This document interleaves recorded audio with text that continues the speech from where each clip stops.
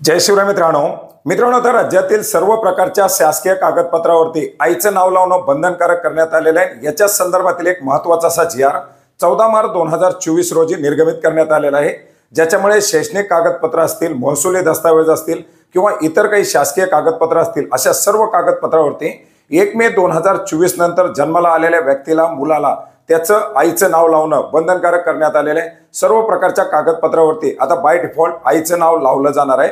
मित्रांनो, आपण जर पाहिलं तर शैक्षणिक कागदपत्र असतील किंवा इतर कागदपत्र असतील, याच्यामध्ये वेगळ्या रकान्यामध्ये आईचं नाव लावलं जात होतं, परंतु स्त्री पुरुष समानता असेल किंवा इतर काही कारणं असतील, याच्यामुळे मंत्रिमंडळाच्या बैठकीमध्ये एक महत्त्वाचा असा निर्णय घेऊन आईचं नाव लावणं बंधनकारक करण्यात आलेलं होतं। त्याच्या संदर्भातील मंजुरी देण्यात आलेली होती आणि याच पार्श्वभूमीवरती 14 मार्च 2024 रोजी एक शासन निर्णय निर्गमित करण्यात आलेला आहे।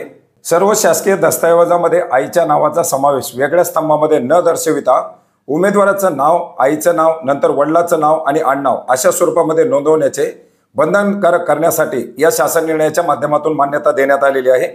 1 मे 2024 नंतर जन्माला आलेल्या प्रत्येक व्यक्तीसाठी हा निर्णय लागू राहणार आहे। याच्यामध्ये जन्म दाखला, शाळा प्रवेश आवेदनपत्र, सर्व शैक्षणिक कागदपत्र, जमिनीचा सातबारा, प्रॉपर्टीची सर्व कागदपत्र, शासकीय निमशासकीय कर्मचाऱ्यांचं सेवा पुस्तक, सर्व शासकीय निमशासकीय कर्मचाऱ्यांच्या सॅलरी स्लिप, वेतन चिठ्ठी, शिधापत्रिका, रेशन कार्ड, मृत्यू दाखला या सर्व कागदपत्रामध्ये हे नाव आता बदललं जाणार आहे।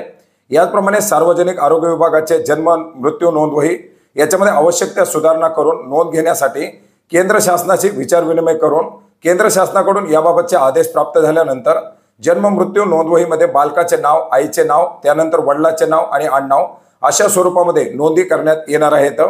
विवाहित स्त्रीच्या बाबतीत सध्या अस्तित्वात असलेल्या पद्धतीनुसार त्यांच्या विवाहानंतरचे म्हणजे तिचे नाव, तिच्या पतीचे नाव, आडनाव अशा स्वरूपामध्ये नाव नोंदवण्याची प्रक्रिया सुरू ठेवण्यात येणार आहे।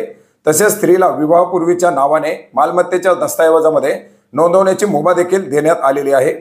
अनाथ तथा तत्सम अपवादात्मक प्रकरणी मुलांच्या जन्म मृत्यू दाखल्यामध्ये नोंद घेण्याबाबत सूट देण्यात आलेली आहे। याचप्रमाणे जे काही कागदपत्र असतील, शासकीय निमशासकीय अभिलेख, याच्यावरती वडिलांच्या नावाचा स्तंभ असतो, त्या संबंधिताच्या वडिलांच्या नावाच्या स्तंभाबरोबरच संबंधीच्या आईच्या नावाचा स्तंभ देखील ठेवण्यात येणार आहे।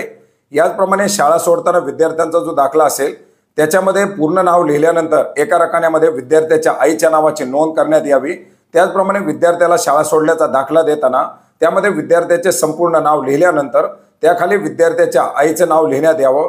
याचप्रमाणे घटस्फोटित पती पत्नी आई वडिलांचा घटस्फोट झालेला असेल, अशा प्रकरणी त्यांना असणाऱ्या अपत्याची कस्टडी न्यायालयानं त्यांच्या आईकडे दिली असेल, अशा घटस्फोटित आईनं, महिलानं अपत्याच्या नावापुढे त्याच्या वडिलांच्या नावाऐवजी त्याच्या आईचं नाव लावावं। अशा प्रकारचे जे काही निर्णय आहेत, या निर्णयामध्ये सुधारणा करून आता हा नवीन शासन निर्णय घेण्यात आलेला आहे आणि या शासन निर्णयाच्या माध्यमातून आता 1 मे 2024 नंतर जन्माला येणाऱ्या प्रत्येक बालकाच्या नावापुढे आईचं नाव हे कंपल्सरी लावलं जाणार आहे। मित्रांनो, हा महत्त्वाचा असा जी.आर. आपण maharashtra.gov.in या संकेतस्थळावरती पाहू शकता।